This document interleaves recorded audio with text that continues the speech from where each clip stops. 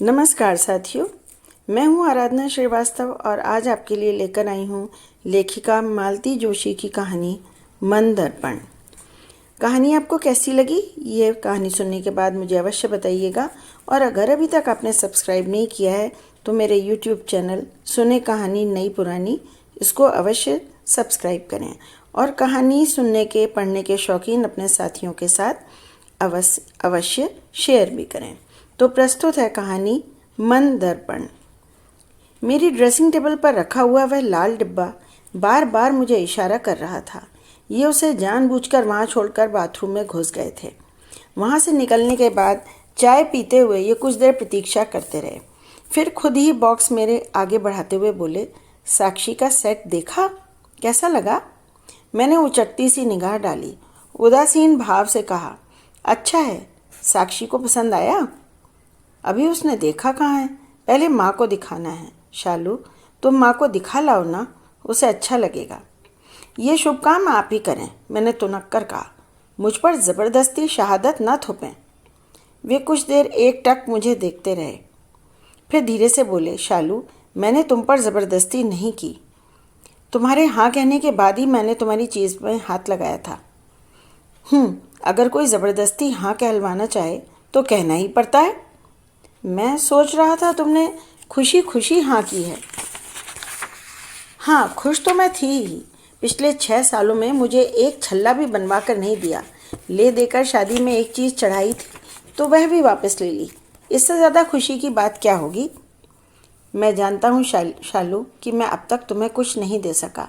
इसका उलाहना भी बहुत बार सुन चुका हूँ, पर सच मानो मैंने कभी यह दावा भी नहीं किया था कि तुम्हें सोने से मढ़ दूंगा।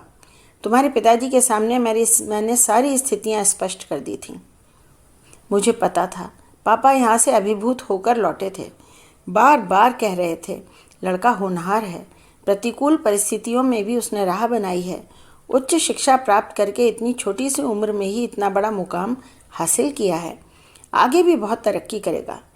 लेकिन पापा का यह सर्टिफिकेट इस समय उन्हें थमाने में मेरा ही पक्ष कमज़ोर होता। इसलिए भुनभुनाते हुए कहा, पापा पता नहीं किस बात पर रीझे थे। वे तो अपनी बला टालकर अलग हो गए, भुगतना तो मुझे पड़ रहा है। इसके बाद वह नहीं बोले, चुपचाप उठकर माँ के पास चले गए। मैं बैठी उस घड़ी को कोसती रही जब मैंने हार के लिए हाँ की थी। असल में उस दिन वे बहुत परेशान थे, देर रात तक सोए नहीं। छत की ओर ताकते हुए चुपचाप लेटे थे। मैंने पूछा, क्या बात है, परेशान लग रहे हैं? कई सारी चीज़ें हैं यार। साक्षी की शादी जैसे समस्याओं का अंबार बन गई है। क्यों, अब क्या हो गया? रोज़ की चिक है यार। नए फरमान हैं, नई फरमाइशें हैं। कल खबर भेजी है कि बारात में 500 लोग होंगे। 500 लोग उनके ही हो जाएंगे तो हमारे मेहमान कहाँ जाएंगे? हम तो पहली बार कुछ कर रहे हैं, सबको बुलाना तो पड़ेगा। 1000 लोगों का नुस्खा हो जाएगा। कैटरर 150 रुपये प्रति प्लेट के ले रहा है। इसके अलावा मिलनी के लिफाफों का बाकायदा ब्यौरा आया है। 21 रुपये से लेकर 501 रुपये तक की ग्रेडेशन है। अलग अलग रंग के लिफाफे होंगे ताकि घपला ना हो। फिर पूरा मेन्यू कार्ड भेजा है। जूस से लेकर आइसक्रीम तक सब दर्ज है, भूलने की गुंजाइश ही नहीं। आज एक नया शिगुफा छोड़ा है। अब क्या? दूल्हे को मंडप में चेन और अंगूठी देनी होगी। अजीब मंगते लोग हैं। सगाई में दी तो थी, वह सगाई की थी, यह शादी की होगी। मैं भी साक्षी के सेट की जोड़ तोड़ बिठा रहा था कि नया खर्चा आ गया। कुछ देर चुप रहे, फिर बोले, बुरा ना मानो तो एक बात कहूँ? मैं एकदम डर गई, कहीं यह ना कह दें कि तुम्हारे पास तो 2-2 सेट हैं, एक साक्षी को दे दो। मैं भीतर तन कर बैठ गई। सोच लिया था कि साफ मना कर दूंगी। वे बोले, अपनी शादी में तुम्हारे यहाँ से मेरे लिए एक अंगूठी और चेन आई थी। वे दोनों चीज़ें वैसी की वैसी रखी हुई हैं, क्योंकि मैं तो पहनता नहीं हूँ। वे ही उठा कर दे दें तो क्या हर्ज है? 10-15 हज़ार बच जाएंगे। इस समय तो मेरे लिए एक एक पैसा कीमती हो रहा है। मैं बिफर पड़ी, नहीं, मेरे पीहर की चीज़ बाहर नहीं जाएगी। आप नहीं पहनते तो ना सही, बड़ा होकर अंशुल पहनेगा, पर माँ बाप की गाढ़ी कमाई मैं ऐसे लुटने नहीं दूंगी। ठीक है, वे बोले, पर अपने माँ बाप की कमाई तो लुटा सकता हूँ ना। मतलब? वह मटर माला या चंद्रहार सा है ना, शादी में चढ़ाया था पर तुम्हें कभी पहनते नहीं देखा। वह मटर माला बहुत ओल्ड फैशन्ड है, पहनने का मन ही नहीं करता। ओल्ड फैशन तो होगी ही, माँ की जो है। एक यही तो बच्ची थी, बाकी सब तो मेरी पढ़ाई की भेंट चढ़ गया। यह भी पता नहीं कहाँ सहेज कर रखी थी। ऐन बारात चलते समय निकाली कि अभी तो ऐसे ही पहना दो, फिर उसका जैसा मन होगा बनवा दूंगी। पर लगता है तुमने उसे उस लायक भी ना समझा। मुझे घोर पश्चाताप हुआ। मम्मी ने कितनी बार कहा कि माला लेती आ, तोड़वा कर नया बनवा दूंगी, पर हिम्मत नहीं पड़ी। इनकी चीज़ थी, चुपचाप ले जाते संकोच होता था। अब उस पर हक जताऊंगी तो हास्यास्पद ही लगेगा। ये पता नहीं कहाँ खोए थे। डूबती सी आवाज़ में बोले, सोचता था कि नौकरी लगते ही माँ का सोना गला व हाथ भर दूंगा, तब तक खुद सोना नहीं पहनूंगा। पर नौकरी को 8-9 साल हो चले हैं, अब तक माँ के लिए एक चीज़ ना बनवा सका। इस शादी के बाद 2-3 साल तक तो सोच भी नहीं पाऊंगा। मैं कुछ नहीं बोली। मुझे तो गुस्सा ही आ रहा था। मैं यूं ही भरी बही हुई बैठी थी कि साक्षी दौड़ी हुई आई और हुलस कर बोली, भाभी सेट बहुत प्यारा है, तुमने डिज़ाइन किया था? तुम्हें अच्छा लगा? थैंक्स, मैंने सपाट स्वर में कहा। वह होश में होती तो चौंक पड़ती, पर अभी तो वह इंद्रधनुषी सपनों में खोई हुई थी। उसने ध्यान ही नहीं दिया। उसी उमंग के साथ बोली, भाभी लहंगे के ट्रायल के लिए आज जाना था ना, मैं तैयार हो जाऊं? आते हुए मैचिंग चूड़ियाँ व बिंदी भी लेते आएंगे। पार्लर वाली से अपॉइंटमेंट भी फिक्स करनी थी ना। साक्षी, आज तो मुकेश भैया को लेकर चली जाओ प्लीज़। घर में इतना काम पड़ा है, फिर अंशुल भी सुबह से चिड़चिड़ा रहा है। घर में छोड़ जाऊंगी तो माँ जी को तंग करेगा, साथ ले जाएंगे तो बाजार में परेशान करेगा। मुकेश वहाँ क्या करेगा भाभी? मैं प्रीति को फ़ोन करती हूँ, वह फुर्सत में हुई तो ठीक, नहीं तो आपको चलना पड़ेगा। अंशुल को अपन मैनेज कर लेंगे। वह सहेली को फ़ोन करने चली गई। ये दरवाजे पर खड़े थे, उसके जाते ही भीतर आए। बोले, साथ चली ही जाती तो क्या हो जाता? बेचारी का मन रह जाता। 8 दिन बाद तो वह तुमसे कहने आएगी नहीं। उनका स्वर बेहद उदास था। पता नहीं वे मेरी बेरुखी से दुखी थे या बहन के संभावित विछोह से व्यथित थे। शायद दोनों कारण रहे हों, पर मैंने परवाह नहीं की। कहा, आप मुझे इमोशनली ब्लैकमेल करने पर क्यों तुले हैं? ब्लैकमेल तो तुम मुझे कर रही हो। गलतफहमी में मुझसे एक भूल हो गई है, पर उसकी सज़ा मुझे दो। उस बेचारी का क्या कसूर है? और देवी, तुमसे हाथ जोड़कर विनती है कि उसे यह कभी ना पता चले कि मैंने तुम्हारा हार तोड़वाकर उसका सेट बनवाया है। क्यों? जानकर उसके आत्मसम्मान को ठेस लगेगी? क्या वह परिस्थिति से वाकिफ नहीं है? वह आपकी परेशानी नहीं देख रही है? लड़की आर्किटेक्ट है, गूंगी गुड़िया तो नहीं कि कुछ समझ ना आता हो। कोई स्वाभिमानी लड़की होती तो शादी के लिए साफ मना कर देती। शादी क्या बच्चों का खेल है जो एकदम से मना कर देती? एक शादी टूटने का क्या मतलब होता है जानती हो?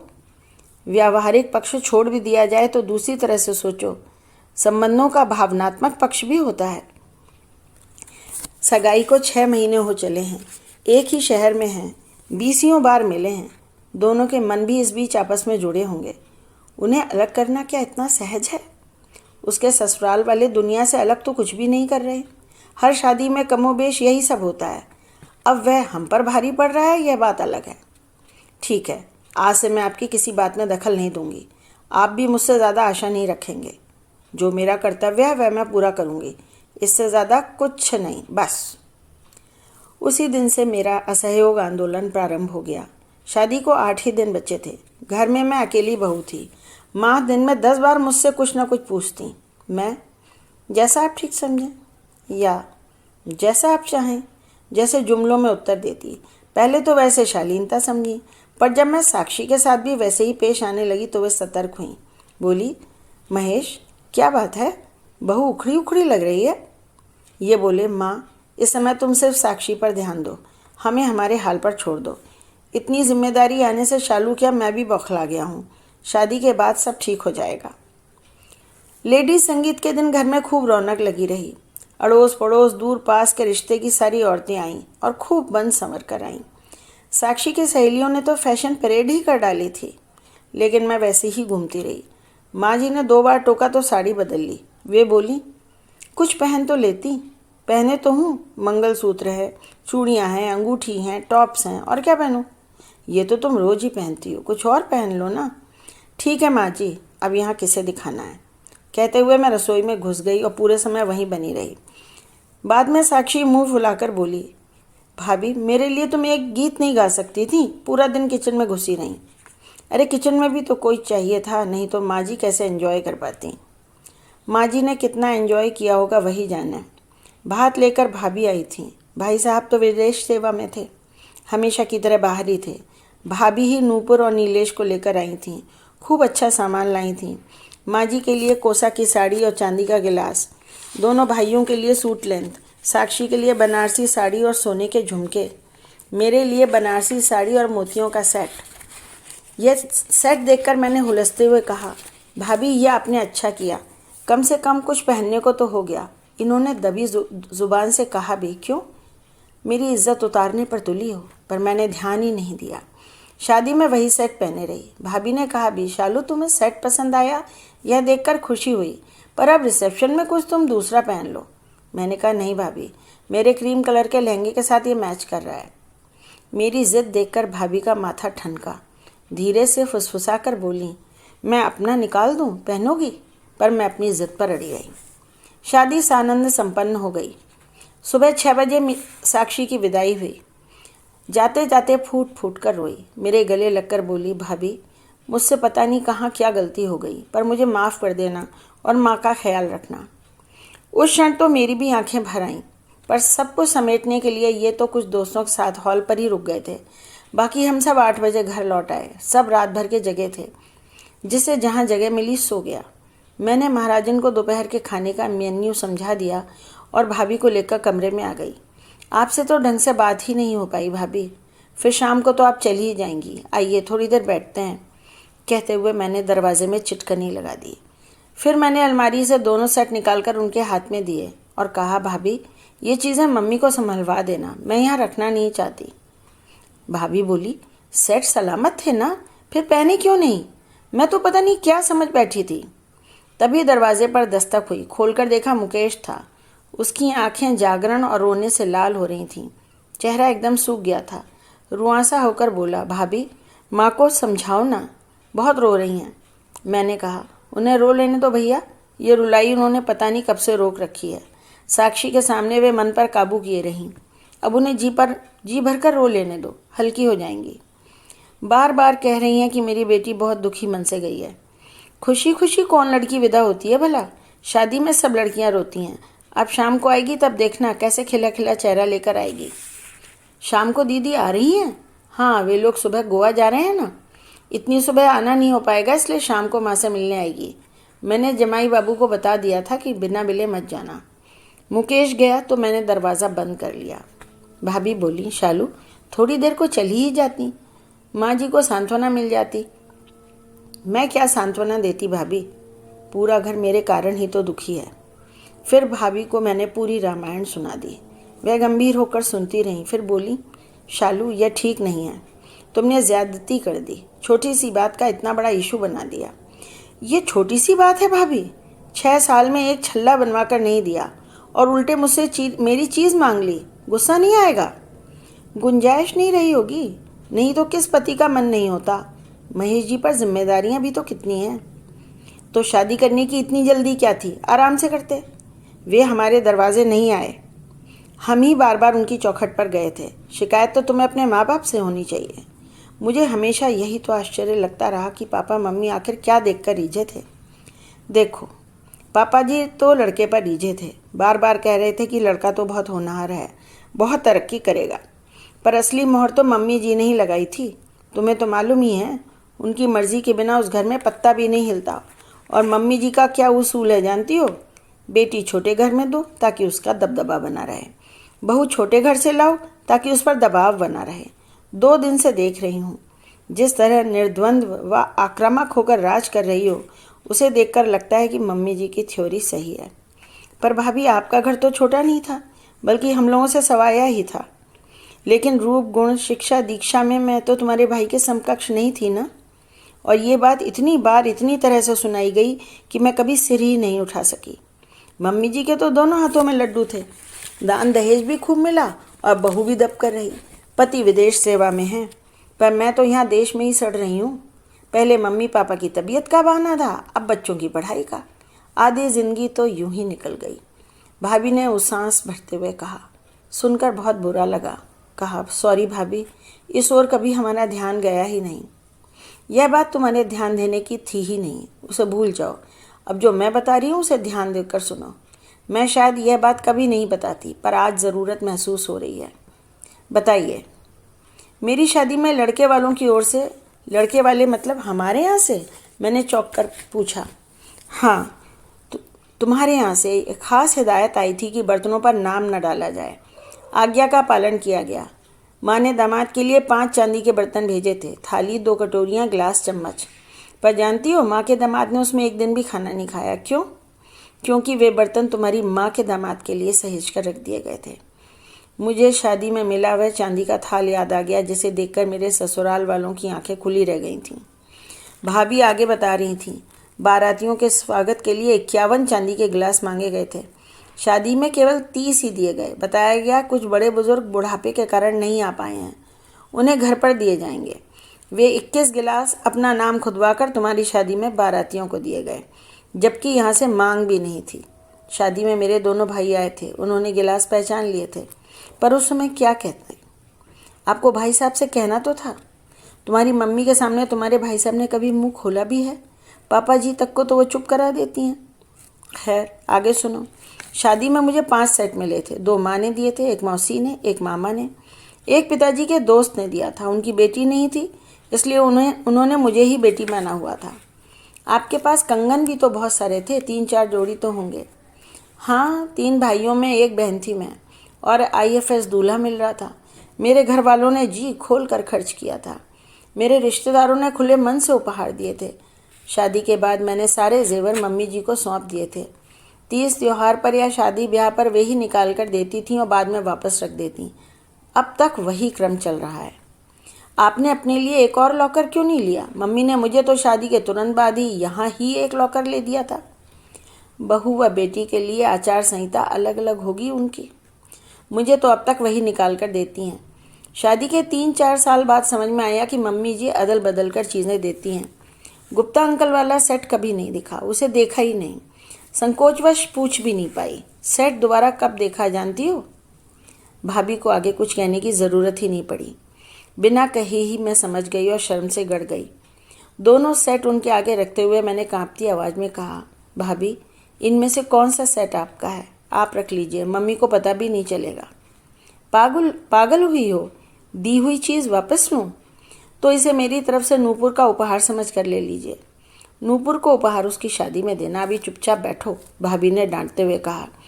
मैंने वापस गहने मांगने के लिए गाथा नहीं सुनाई। मैं तो बताना चाह रही थी कि घर गृहस्थी में ऐसा ही चलता है।